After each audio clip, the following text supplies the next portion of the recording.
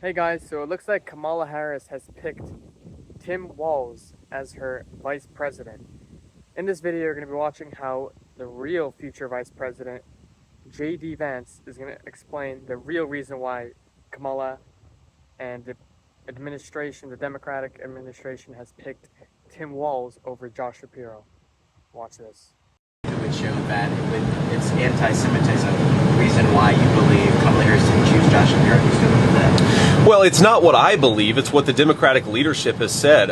Many people said repeatedly that the reason Kamala Harris was going away from the Josh Shapiro selection is because they were worried about anti-Semitism. They were worried about certain voters. They were worried about some of the leaders and the grassroots activists in their party wouldn't take a Jewish nominee.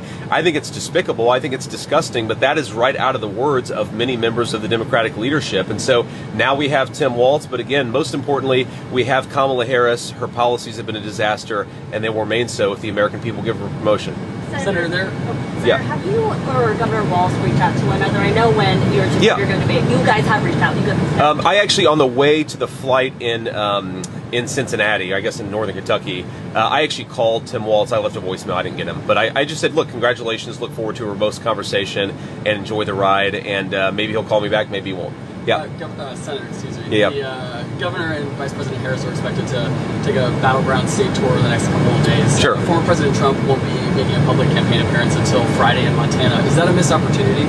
No, look, I think I'm making a number of public appearances over the next few days just to drive home the fact that Kamala Harris's policy have been such a failure for normal Americans. I know the president's very busy over the next few days. One of the things you've got to do is, of course, get out there and speak to people and speak to reporters. A final thing that you have to do, of course, is raise the resources, and I know the president's very busy doing exactly that. So he and I are taking a divide and conquer strategy to this campaign. Sometimes we obviously do events together, but I think we're going to use the fact that we have two people who can both get out there and prosecute a message. We're going to hit the road, but I want to make just one final observation. I know most of you. I like all of you as people, or at least I like the ones of you that I know. I think that you guys have got to do a better job at actually forcing Kamala Harris to answer questions. This is a person who's been the presumptive Democrat nominee for 16 days.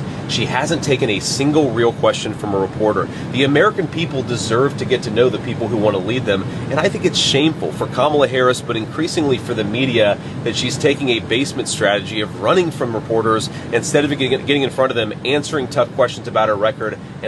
As you can see, the Democratic Party is not even trying to hide how anti-Semitic they truly are.